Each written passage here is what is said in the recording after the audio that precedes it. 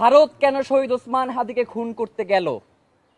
ভারতের এইখানে কি স্বার্থ রয়েছে?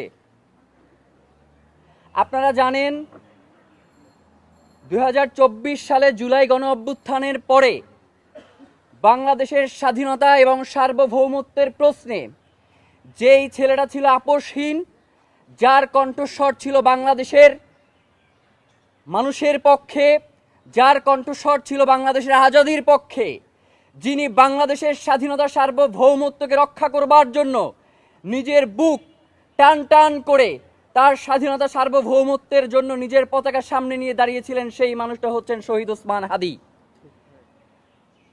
জুলাই পরবর্তী সময়ে আওয়ামী লীগ পালিয়ে যাওয়ার পরেও ভারত এই আওয়ামী লীগের মধ্য দিয়ে বাংলাদেশে তার আধিপত্যবাদ কায়েম করত। সে এই আওয়ামী লীগের মধ্য দিয়ে বাংলাদেশে তার ব্যবসা বাণিজ্য থেকে শুরু করে করিডোর ট্রানজিট, সকল ধরনের আধিপত্য, সামরিক খাত, এইগুলোর নিয়ন্ত্রণ সে এই আওয়ামী লীগকে ব্যবহার করত, যার কারণে ভারতের জন্য একটি মাথা ব্যথার কারণ হয়ে দাঁড়িয়েছিলেন শহীদ ওসমান হাদি।